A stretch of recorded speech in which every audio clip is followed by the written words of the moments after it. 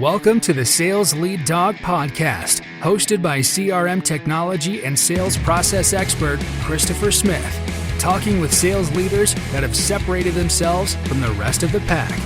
Listen to find out how the best of the best achieve success with their team and CRM technology. And remember, unless you are the lead dog, the view never changes. Welcome to Sales Lead Dog. Today, I am very excited to have a special guest on today. Our guest has been voted top 25 most influential leaders in inside sales, top 25 sales coaches. I'm counting on my fingers if you can't see this, top 35 most influential women in sales, and top 50 keynote presenters. She's the founder of Factor 8, the Sales Bar, and #GirlsClub. Lauren Bailey, welcome to Sales Lead Dog. Thank you. It's such a pleasure to be here. You know what I was thinking as you were reading that intro is that I can't crack a top 10 to save my damn life. Hey, you know what? I'd be pretty happy with top 25. It's all right. I'm thrilled about it. But as I'm listening to that, I'm like, I don't know, man. The numbers keep getting longer, like top 2,356 women in Phoenix, Arizona who work in a sales career. It gives you something to shoot for though, right? It's a goal. There you go. Top 10. I'm getting top 10 next year, right? Right? Yeah, you got to like that. So tell me about Factor 8. Oh, well, you know what? That's a perfect lead in because this year we were awarded top 20 sales companies by Selling Power magazine. So we do frontline sales rep and manager job training. And it's just straight from the trenches. I hire really great sales leaders who are done with the politics and the spreadsheets, who just miss developing people. And we come in and teach people how to sell virtually and how to manage virtual teams. And we love it. Like it's 100% based on my foibles and horror stories from doing sales and running sales teams. And all those gaps that I felt and all those frustrations that I had, 20 years later, I started a company to fix them. And I love it. It's fascinating. That's awesome. Tell me about how you got your start in sales. I would tell you that 9 out of 10 women will tell you it's an accident that they got a sales job. And it wasn't for me. My dad was in sales. And aside from thinking he was a master of BS, it just sort of came naturally. So my first job when I was 16 and able to hold down a job, I slung fashion. I worked at the Limited in Cedar Rapids, Iowa. And, I was super proud of being the number one person in the Midwest micro market, which meant 2 stores. But it was fun. And I ate it up. I really enjoyed it. And I had sales jobs then through college and right out of college until I decided that I should be in charge. And I thought, wait a minute, I think I want to be a sales leader. What was that transition like from salesperson to sales leader? Easy or hard? The most difficult time of my life. Absolutely, positively. 20 years later, I started a company, right? So right. Long nights, lots of wine, and crying in my car in the dark before I got out and went home. That's what that was like. But to be fair, I was out over my skis. Right. I really was. I was 24. It's my first real big girl post-college full-time job. And I applied at a company, and the leader, Steve Caldwell, said to me, Lauren, I would love to hire you as a rep, right? Like you've never been in technology before. You don't work in the company. You've not done inside sales. Hell, you don't even live here. Let's let you come in and get to number one, and then we'll promote you in a year or two, which is exactly what I would say if I was interviewing little Lauren now. And I don't know where it came from, Christopher, but out of nowhere, I looked at it and I'm like, really not interested in that. So if you'd like to have me join your company, I'd be happy to accept the sales management position. And I got it. Yeah, which was a horrible decision. I was awful. Yeah, but I'm sure you learned a lot in that time Do you have a crazy story from that time as, that young Lauren sales leader? I have probably too many stories about that time. It was painful. Like, I had a new team and I was new, my team was new, and we were a new outbound group of account managers in the Fortune 500 division. Now, there aren't a lot of new accounts in the Fortune 500 division, right? So Right. our books were made up of all the stuff that nobody could crack. And we were like this ragtag. There was one guy on my team who knew what the hell he was doing. His name was Patrick. And he wanted my job, so that didn't help much. Right. Anyway, we were a hot mess, and we flailed for a good quarter because every time they'd have a question, they'd come and ask me, and I did not know the answer. And so I would, be there 12 or 14 hours a day. And like I said, go home, cry, drink wine, repeat. And it took us about a quarter to pull it together. And at the end of that, we actually hit number one. Now, everybody else there will tell you we hit number one because we had the lowest quotas because we were all new. So if you sell some toner, you're going to hit quota in your first 6 months on the job. But we know that we did it because we learned how to play on each other's strengths. Right. We created these go-to sheets, right? Sean could crack into any account and Randy could configure the computers and Melissa could get assistants to talk and Joe knew how to get things out of product management. And so nobody did an entire call, deal, or day by themselves. And we found a way to get through. So the moral of the story is don't hire a 24-year-old from outside the company with no experience. But in that situation, we found our strengths because we had to survive. And we turned inward almost, right? And overcame. And it was phenomenal. It was really great, but it was painful. And I was pissed that my reps didn't come out of training knowing how to get somebody on the phone, how to look at Factor 8's curriculum. And it's a list of all the things that we had to go teach ourselves. Right. Let's talk a bit about your new initiative, I guess, hashtag GirlsClub. Can you tell me about hashtag GirlsClub?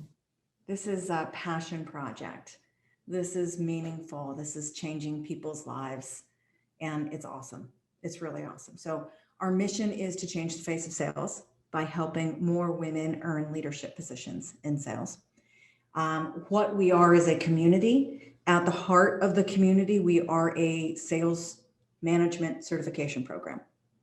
We run a 6-month cohort. People apply to get in. Many are sponsored to be there by third-party companies who are very eager to support this initiative and steal this talent, right? And invest in the next generation of sales leaders. We have amazing sponsors.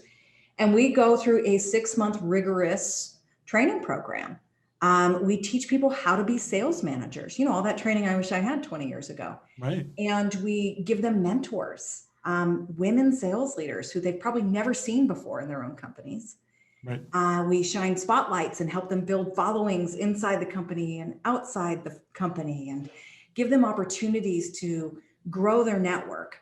But I think the heart of that training program is we do a lot of confidence building.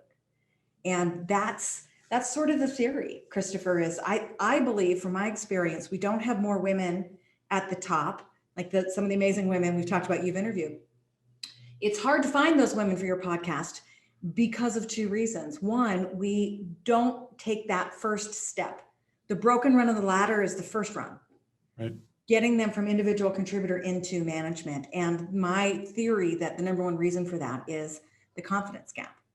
And HP did a study about that a few years back. If you remember that, it's actually called the confidence gap. And they said, we saw internally that if we had a job posting with 10 items on it, men would apply if they had 6 or 7 of the 10 requirements. Do you want to guess what women's number is? It'd have to be 10, I would guess. It is, yeah. We don't apply unless we have 100%. Right? We won't apply for the job until we know we can do the job perfectly, even though we've never had that job before. It doesn't make any sense. But this is what happens. And I've studied the brain science behind it, and it's fascinating. There are literally the section of your brain that controls nitpicky and perfectionism, like it's larger in women's brains. Anyway, I thought, you know what? I have a sales management training company. I can solve for this.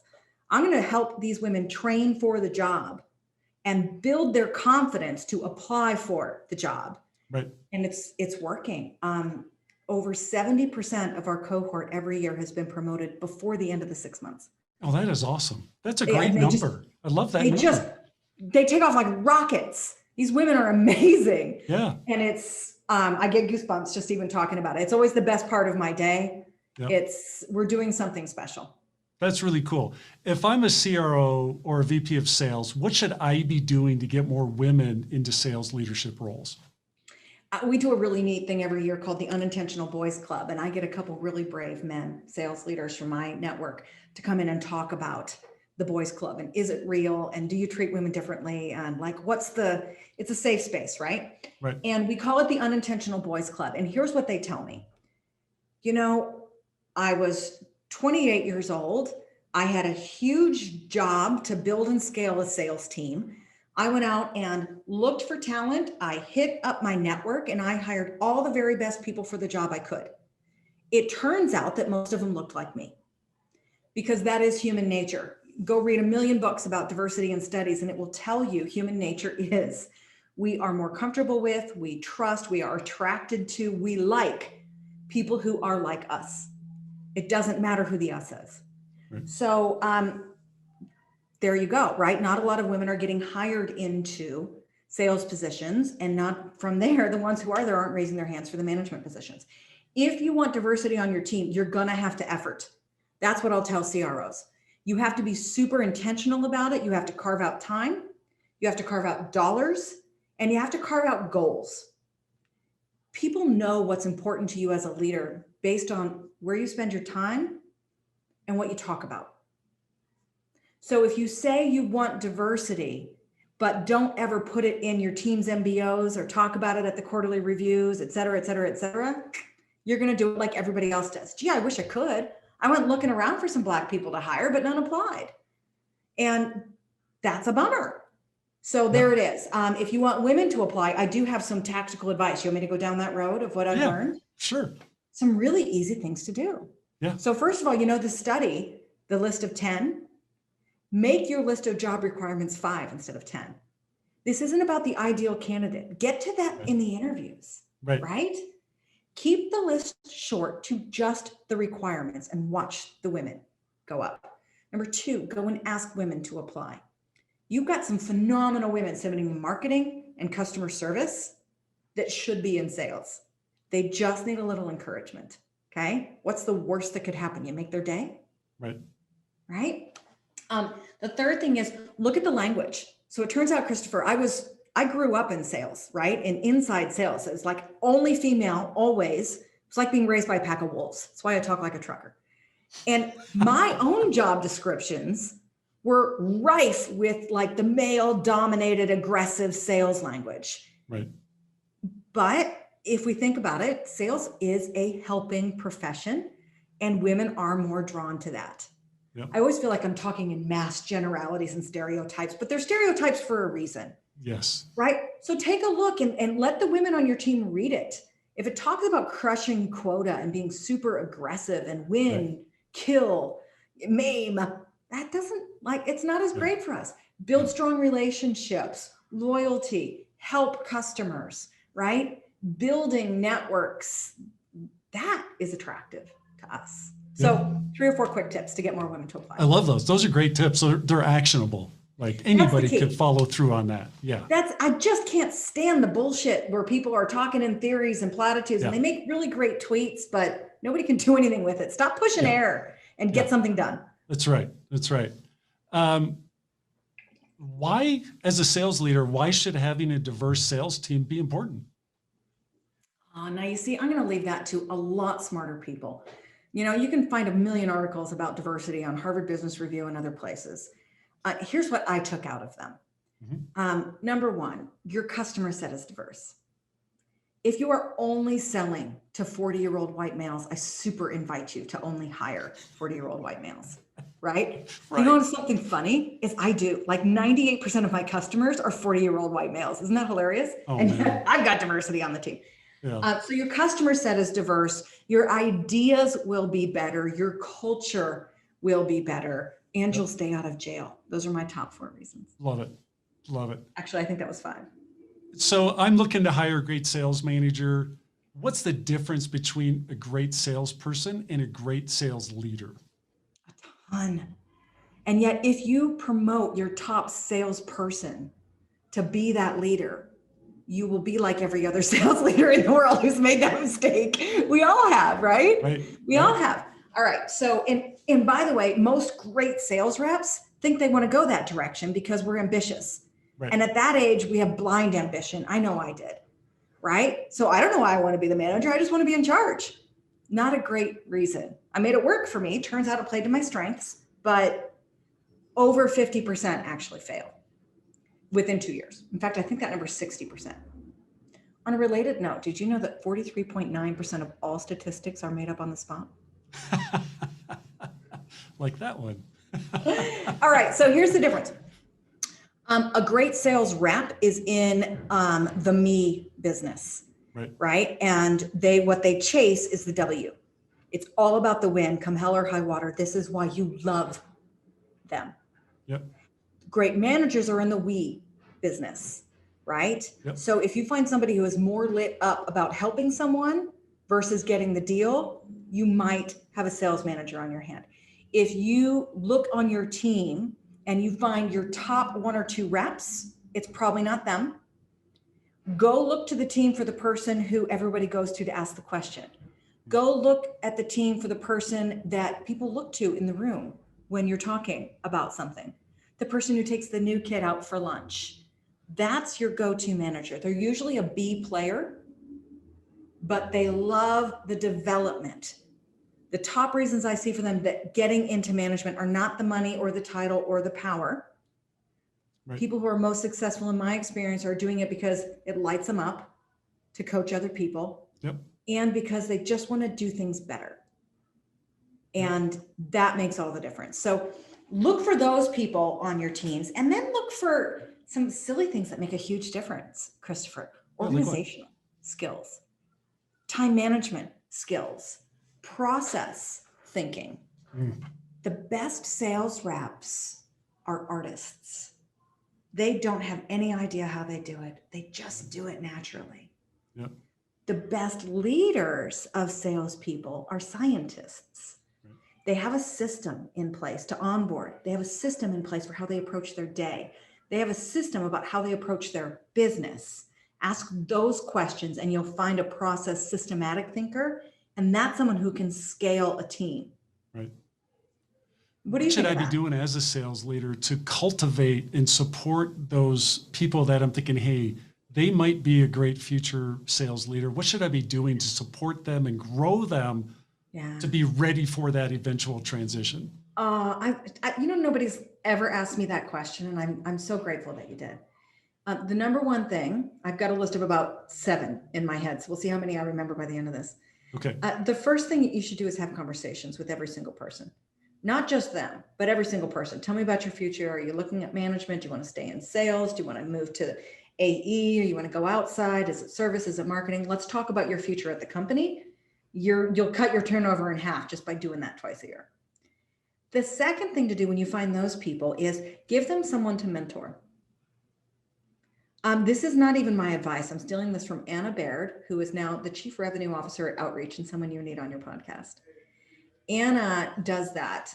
She gives somebody someone to mentor. And if they love it, nice. You found somebody who's going to be a manager.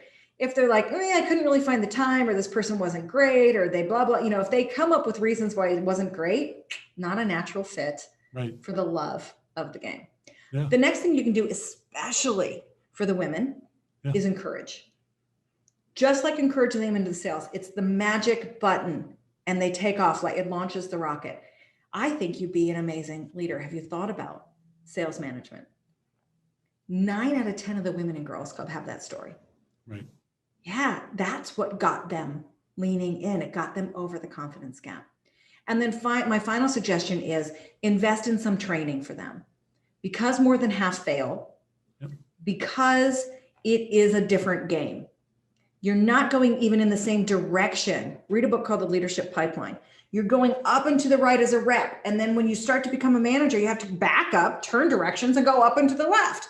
Yeah. Every job change isn't further in the same direction, but a new direction. Yeah. And we need to teach some of those skills. We're going to unlearn the closing of the sales and learn call coaching. Yep. Right? Yep.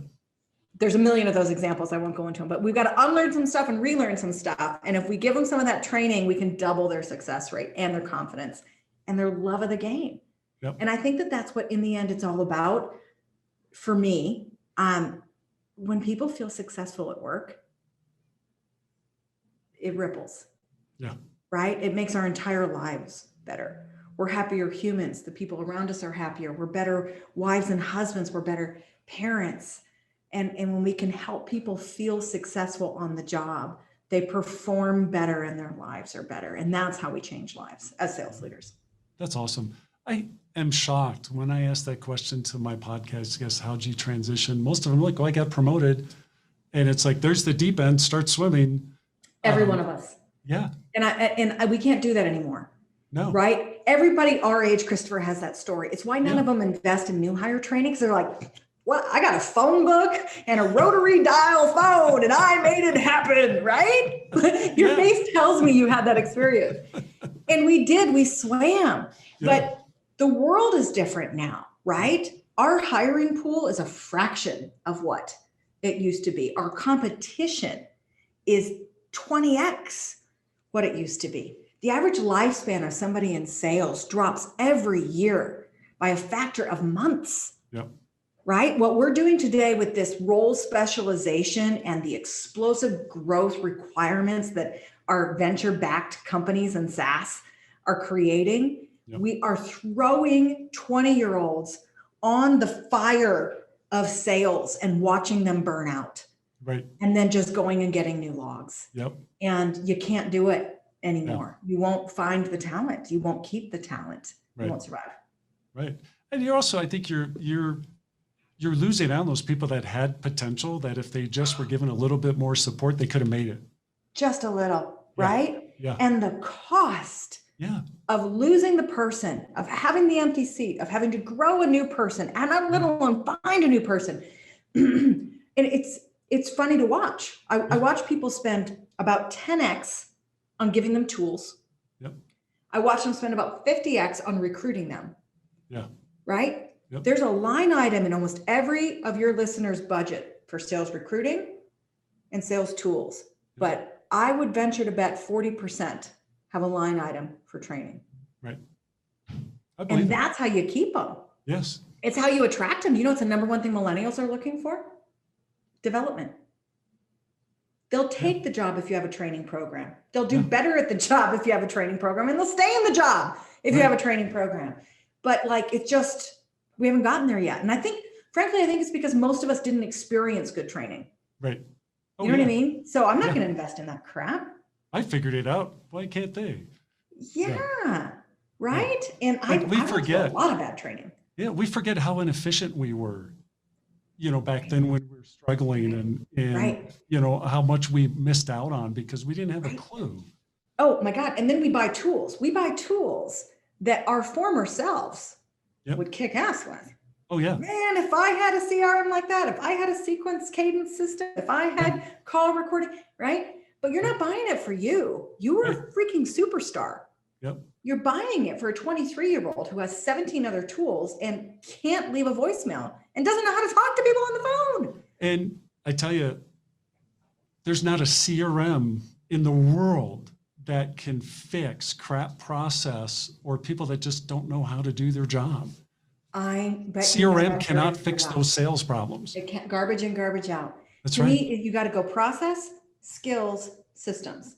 Yep. But most of us are in a hurry. So we go systems. Yes. Then we realize our process sucks and we hire more people to come in and fix it. Yes. Right. Yep. And if we think of it, maybe we'll then do the skills and teach people how to use it. Right. Exactly. That is that's spot on. And I'm all about like, no. People first. Then let's look at process. Let's fix whatever's broken there. Mm-hmm. Then technology, what tools do we need to support those first two? And by the way, your adoption will triple, right? Yeah. Shove a tool down somebody's throat and it's like, I have 17, thank you. Yeah. And then, but if you have them do the process and do it manually and teach them and they buy in and they love it, then you give them the tool that makes it easy. Yeah. Oh yeah. Exactly. Here's a big question. How do you get tenured field teams to use their CRM? I have not cracked that one. Yeah. I ask that a lot. When I have the CROs on. Yeah. And because adoption is such a core issue for CRM technology or any sales enablement technology, that I ask them, the question is, what you have to give everyone a reason why, you need them to use the tool. What's the why? And for most salespeople, it's a personal why. Like this needs to help me make more money or sell more or make my job easier so I can do more calls, whatever. So for them, it's personal, but you also have to get them to understand the why for the organization. I believe that there's a whole lot of stuff happening downstream that people need insight into, that we need to, purchasing, if you're in a manufacturing, if you're selling for a manufacturing company, they're making purchasing decisions on what's in the pipeline. Right. And if you've got crap forecast, if you've got crap data in your CRM because people aren't putting stuff in or it's just wrong. Yeah, right. Christopher, I used to work with IBM. That ripple effect IBM is extending throughout the organization. 100%. Here's a story to prove it. And when I worked with IBM, you would get in equal trouble for outperforming your forecast as you would for underperforming your forecast. Right. Because they needed to know what to build in Guadalajara. Yeah. Exactly. So you sandbag, you die at that company. Yeah. Isn't that crazy? If you outperform, you get hammered. Nope, big trouble. Yeah. That's funny. Yeah. But there's your story for why CRMs are. Oh, no, it really is. It's spot on that people need to understand there's a whole lot of stuff that's going on downstream. Yeah. And it's all coming from the data in CRM. Yeah. Yeah. But there's a million more people who, manage their people based on what's in the CRM. I will tell you the stories I hear of the crusty sales executive who knows everything about the product and the business and the customer and the industry, who is not putting that deal in until it's closed. Right. Because somebody can steal it and then somebody is going to force me into it. And then I'm going to have to answer all these damn questions about it. And people are going to get all up in my business and you can just stay out of my deal. Yes. And those are the ones I ask those questions, like, do you do like quarterly retrospectives or even an annual retrospective on the deals that were lost? And, the only way you can do that is if you're capturing that data in your CRM. Exactly. And it's the only way you're going to find out, hey, we keep losing to competitor X. Why are we losing to competitor X? Yes. There's so much data that can Yes. help you in the future, that can help you salesperson. If you're giving me that data, I can come up with ways and techniques and tools to help you win those deals in the future. But I can only do that if I can look I have at the it in data. CRM. Exactly. Which is why you've got to start with the people. So we'll prove your point one more time. Yeah. Because somebody who sets up the CRM, right, doesn't even have those reasons in there. Or Right. they put 800 loss codes and then they're surprised that everybody picks the first 3 because it's a required field, right? It's just hilarious. Yeah. So you start with the people and what they need and how they use it, and That's right. build your process around them, and then give them the CRM that's customized to it. That's right. And You have to everybody's find the happy. middle ground, that balance. Yeah. It's the mistake people make too is they go, like you said, they go to that 5,000 code list that someone has to scroll through to find, and they're just like, screw it, I'm just going to pick one, and I don't care what it is because it's killing me. They go to those crazy extremes to get so specific on things that really adds no value. Which is when you have a data head in charge of your CRM enablement, which is a problem. Yeah. So here's another one that I'm sorry that we're talking about. No, this is I want to talk about your business, not mine. The other thing that cracks me up is dashboards. Yes. Like, let's talk about CRMs, datas, and managers, because what most people take as a dashboard breaks my heart. Yes. Right? Can I just bang on your competitor for Salesforce for a second? Go right ahead. Because that's not a dashboard, people. When you log in and it tells you that you're at 2% to goal and you're in the red on day 2 of the month. Yeah. Have you never heard of a run rate? Right. Like, it's not trend level data. It's just a picture of the exact data. Right. Let's help managers understand the difference between metrics, KPIs, leading and lagging indicators, and results. Yes. And look at the right things at trend level across the team, across the floor, across the books, across the time, right? Yep. And now I have things I can use, but 9 out of 10 companies, I go and look at what their managers, directors, and VPs are looking at, and it's data, not trends. It's not a dashboard. I love that. This is like such a passionate topic for me. I love that you brought it up. It must drive you crazy. It drives me nuts. There's nothing useful to look at a dashboard in day 2 of a quarterly dashboard of day 2. What is that going to tell me? What decision is that helping me make? Nothing. It's telling you to never look at your dashboards again. Yeah, no, it's like, completely worthless. And I learned this from an accounting consultant I was working with, that they're like, the only thing worth looking at are those, as you're saying, the trends. What is the trend? What is my rolling, whatever that time frame is, 12 months, rolling, based on your sales cycle. Exactly. I want to know what direction I'm heading in. Am I going up? Am I going down? Yes. What is, what's the overall picture looking like? Yes. That point in time stuff. It's crap. It doesn't mean anything. And I want to look at it different ways. So this is what I keep waiting for somebody to build in my industry. I'm in the people skills business, right? Not in the data business. And there are a lot of conversational intelligence tools out there. I love Chorus and Gong. There's Exec Vision. There's Dial Source, who's somebody else now. But we get it that we need to have that. But what none of them have yet is trend level skill data. Yes. I want to look at Christopher's skills in the rolling 90 days. I want to look at my whole team's gatekeeper skills. I want to look at the whole floor's top 3, bottom 3s. Like, let's get smart about that. And now we can make quality, quantitative, and we can reward and measure and promote or fire people, not just based on the dials, but on the quality. That's right. Of that, right? Oh yeah.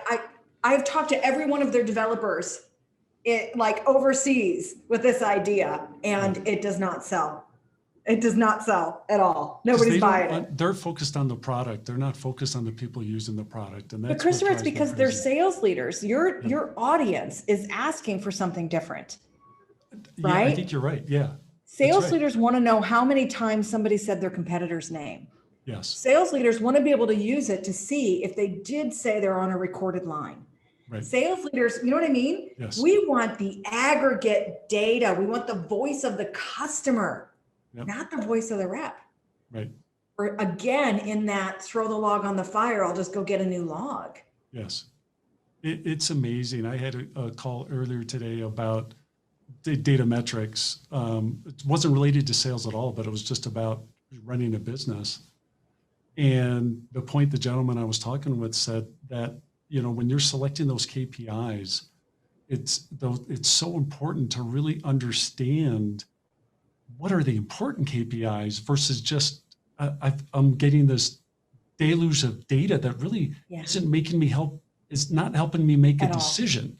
Yeah, and most people don't. Ultimately, what you need is I need to make a decision. What's next? What are we going to do next? What lever do I need to pull? Yes. When I see this lagging, it's time to take action, because I know that doing that creates Exactly. Again, 9.5 out of 10 sales managers don't get that. We created a class called Driving Performance with Goals just for that. Because I'll tell you that here's how you can tell a new sales leader. They have 2 levers. I got metrics, and most people are past dials, but they're not so much past it that they're not at talk time. You know what I mean? Honey, you ask for a dial, you're going to get a dial. Sorry. Right. So they've got metrics and they've got results. Yep. So hit quota, make more dials. And this land in between is a vast wasteland of mystery and intrigue. And of course it is. Nobody told it to them. It's not their fault. Right. But when we can break it down, what a difference. That's how you help your team be successful. Even as simple as, do they know their daily goal? Right. And do they know their conversions to get where they need to get? Right. How many conversations to a quote? Yep. You ask somebody that, you found a future sales leader. Yep. If they know that answer, they're in the middle ground and they're at leading indicators and they know their business and their process. So I brought it all the way back to answer your first question. Yeah. And are you feeding that information to those frontline people to say where they can look at it and say, oh, hey, I'm off track here. I need to make this adjustment to get back on track. You know, it seems like I'm having to have more and more dials to get conversations. It seems like I'm having to have more and more conversations to get quotes, appointments, fill in your KPI here. Right. It seems like I'm having to book more and more firsts that aren't turning into seconds. When we see those trends, we can reverse them. We can pull levers before we miss the number. That's right. Yeah, that's awesome. I love where the conversation is going. It's great. I want to kind of loop back a little bit into sales management in terms of if I'm considering becoming a sales leader, what questions should I be asking myself to find out, is that the right role for me? If you're doing it for the money, don't do it for the money, because if you calculate what you make per hour, it's really a sad thing. If you've got the time and the interest for the long-term career right, your VP of sales is making bank and you can get there, but it's going to take you 10 years. Yeah. You should look to see if you love teaching what you know or doing what you know. Think about giving away your top 10 accounts and how that feels. Right. Because at least half try to keep them. And those are the half that fail. Yes. Ask yourself if, I think it comes down to teaching versus doing. Right. It comes down to loving the responsibility for making people's lives better. Yep. It comes down to liking to build and fix and mentor and coach. And if you don't love those things, then you're torturing yourself. Right? So would you rather go to the training class or make 5 more dials? Right. That's an early indicator, right? Yep. Ooh, I love to learn. Would you rather go get to know somebody else in another department or take a customer to lunch? Again, there you go, right? I want to collaborate. I want to give into this company. I want to see about what's happening here and how we all play together to make this thing work. Or I want to go close more business. Yep. So if I'm a CRO or VP of sales and I realize, hey, I've got a problem with my sales managers, and I reach out to Factor 8 to help solving this problem, what should my expectations be around solving that problem? There's a couple different ways to measure success in sales management. And we all do it a little bit differently, and it's not easy to do no matter what. But your expectation should be that you're going to see it in the numbers within 90 days or it's not working. Numbers that you may see would be employee engagement up, employee attrition down. You will see a larger percent of the team starting to hit their requirements. You will see turnover go up a little bit because we're getting the right people on the bus. You'll see activity go up a little bit, and then you'll see quota attainment across the board go up.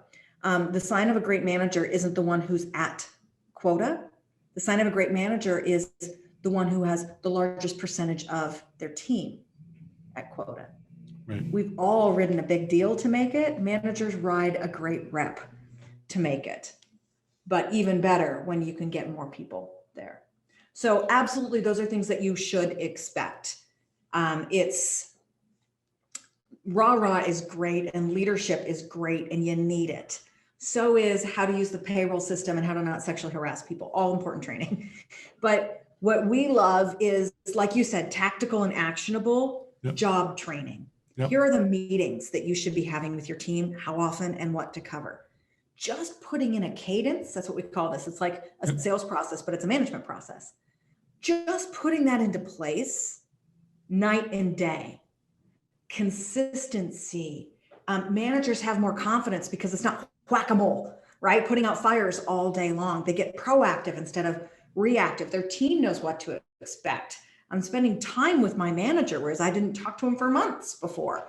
Just that one simple thing makes all the difference. So there's a lot of tactical know-how that makes a world of difference. Well, that's awesome. I really appreciate it. We've come up to our time. We've actually gone a little bit over, but it's just so great. I love going over. I appreciate you coming on Sales Lead Dog. If people want to reach out to you, Lauren, and connect with you, if they want to find out about Factor 8, what's the best way? Yeah, well, please find me on LinkedIn, Lauren Gailey, Inside Sales Advisor.